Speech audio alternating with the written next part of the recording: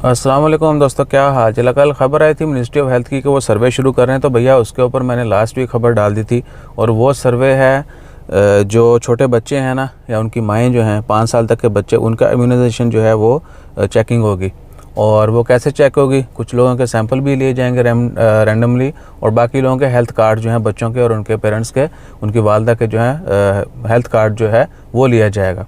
और देखा जाएगा कि उनकी माँओं में और बच्चों में क़ुव्वत मदाफ़त कितनी है।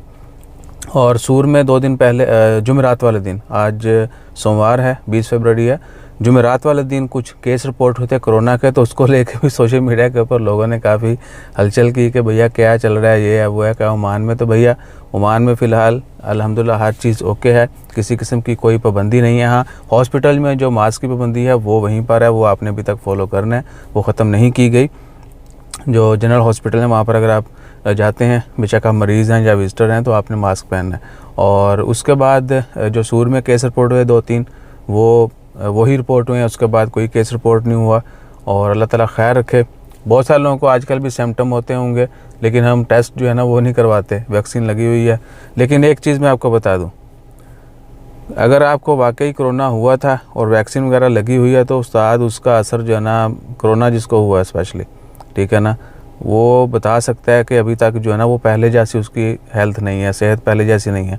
आप कितनी भी खुराकें खा लें, एक्सरसाइज कर लें, देयर इज़ समथिंग यानी बॉडी को तोड़ता है एक दफ़ा। बहरहाल अल्लाह ताला ख़ैर रखे और हर किसी को महफूज रखे। अगर कोई मज़ीद अपडेट्स आती हैं तो वो भी आपके साथ शेयर करें। हाँ, जो सर्वे है ना वो 19 मार्च तक जारी रहेगा, और उसमें यानी रैंडमली जो है वो सैंपल कलेक्शन की जाएगी, डाटा चेक किया जाएगा। वो यानी ये नहीं है कि हर किसी का होना है। और मोस्टली ओमानीज़ या कुछ एक्सपायर्ड फैमिलीज़ जो हैं वो भी इसमें होंगी।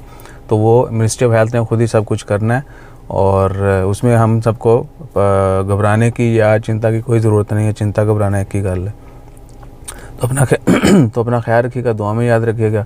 ए वेलो बीमारियां की गल की है तो साडा भी गला तो दुआ करते रहिए सबके लिए। जज़ाकल्लाह। अल्लाह हाफिज़।